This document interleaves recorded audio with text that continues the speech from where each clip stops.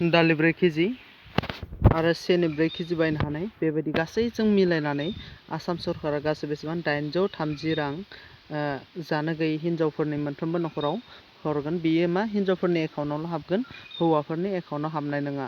स' बे जोबोद मोनसे मोजां स्किम। आसाम गभर्नमेन्टआ बेबायदि स्किम खालामनायखौ आं जोबोद मोजां मोनदों।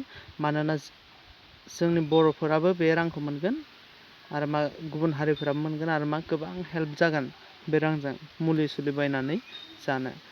स' आसा खालामो बे भिडिअखौ नोंथांमोना बुजिबाय आरो माब्ला एप्लाइ जागोन बियो साननैसोनि उनावनो जागोन।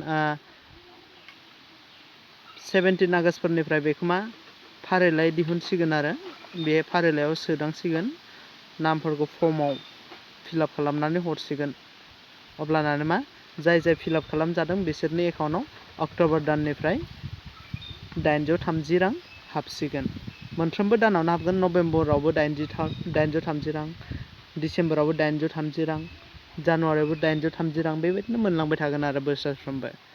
स' आसा खालामो नोंथांमोना आंनि बे भिडिअखौ लाइक खालामगोन, शेयार खालामगोन आरो आंनि चेनेलखौ साबस्क्राइब खालामगोन। Thanks for वाचिं।